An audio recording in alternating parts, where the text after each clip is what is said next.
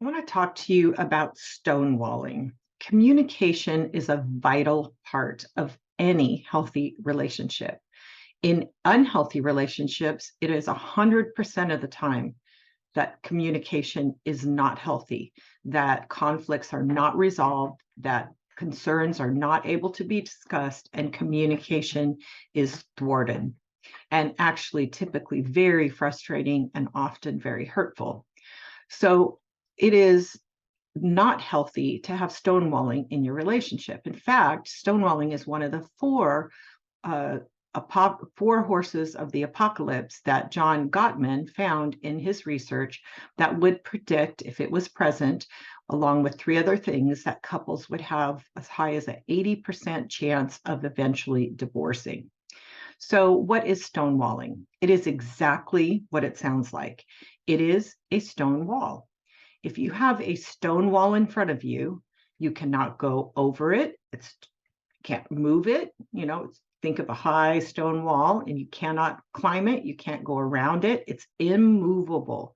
So when somebody is stonewalling you, that's what they're doing. They refuse to move. They refuse to adjust. They refuse to consider. They refuse to give you any way of resolving your concerns, of resolving the conflict, of being heard. Your feelings aren't going to be heard. They're not going to be validated. Your concerns are not going to be discussed. Nothing is going to move in the relationship. It is incredibly painful and frustrating to be stonewalled.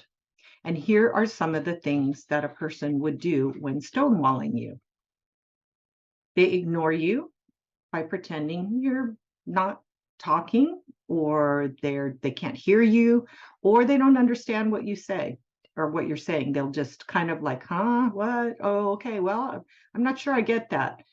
But very little response, okay? But they're going to act like they don't get what you're saying, and they're going to just feign stupidity or feign not getting your concern at all. You're going to become very frustrated with that. They are going to possibly respond to you as if you're saying something so stupid that you don't even deserve a response. They're going to refuse to stop what they're doing to listen to you. You can say, I've got something important to talk to you about, and just keeps mowing the lawn, keeps blaring the radio, keeps doing whatever it was, that person was doing before you came in, just literally ignoring you and continuing the task. Otherwise, normally when somebody comes in and talks to you, you acknowledge that the person is there and you stop for a minute and maybe make eye contact or say, what do you need? Stonewalling, they're not going to get that. They refuse to discuss your concerns. They're going to divert. They're going to turn it back on you. They're going to talk about something else. They're going to not answer. Whatever it is, your concern will not be addressed, no matter how many times you bring it up. There's no, I'll think about that, get back to you. I'll talk to you later about that. I'm sorry, I'm busy right now. I need to think about that.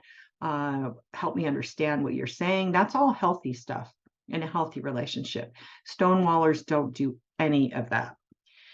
They will respond angrily and talk over you as you are talking, maybe yelling at you, screaming back at you like you're the problem, or I don't want to hear from you. I told you I don't want to listen to anything you're saying. I told you I'm not talking about this. Get out of here. It could be using obscenities. It could be calling you names. It could be saying all kinds of mean things that are abusive, malicious. They might use body language to communicate disdain and contempt, like rolling their eyes or flipping their hand, like get away, or kind of this, stop, get away from me. They could use sneers, they can use smirks, they can use anything kind of body language that basically shows you maybe folding of the arms and standing like a stone wall, like they're immovable, turning their back to you. All of these things are sending you a message of, I'm not listening, I don't want to hear you, I don't want to address you, and I don't care. or just flat out give you the silent treatment. I mean, I have literally talked to people who have, now this is probably the worst I've heard, is have silent treatments is like last for like 2 years. And I mean, nothing being said at all.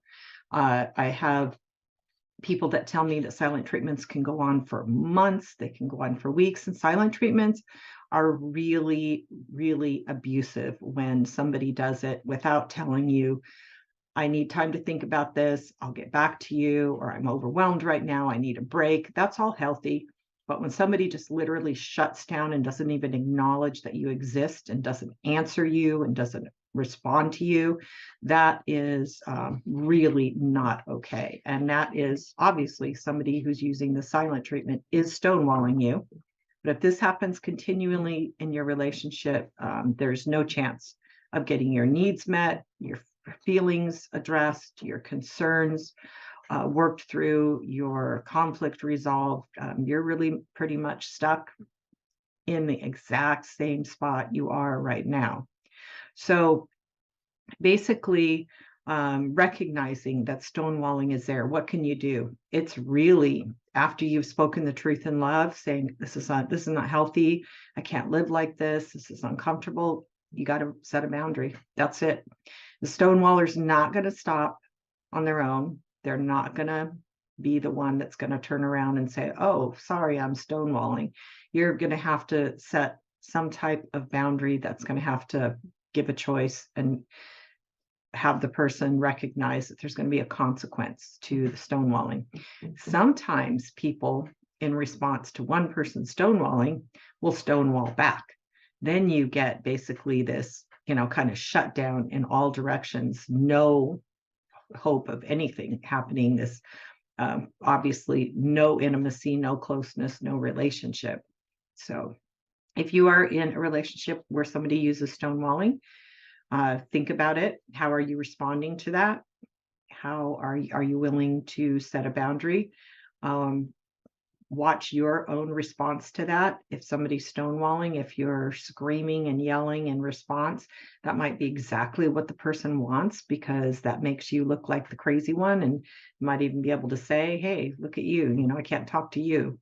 So, keep calm, keep your cool, detach, go about your business, but recognize that if this is a pattern, at some point, the relationship's really going to deteriorate if you can't set a boundary and get it addressed.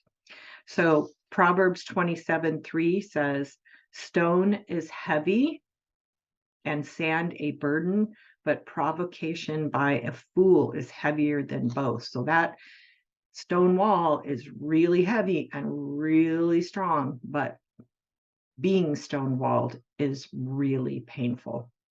Proverbs 17:13 says, if a man pays back evil for good, evil will never leave his house. So if you have somebody who's stonewalling and you're trying to use goodwill to bring good into your home, into your family, into your marriage, you're going to be up against the evil that comes from this, all of this contempt and all of this stonewalling that is still going to bring all that into your relationship. So hopefully this helped and has given you maybe some words for some behavior that you didn't really understand. And I would just say, I've got so many videos that will help you get further insight into dysfunctional relationships, and my books, my classes, my resources. Please check out my website. You'll find them there. And thanks for watching.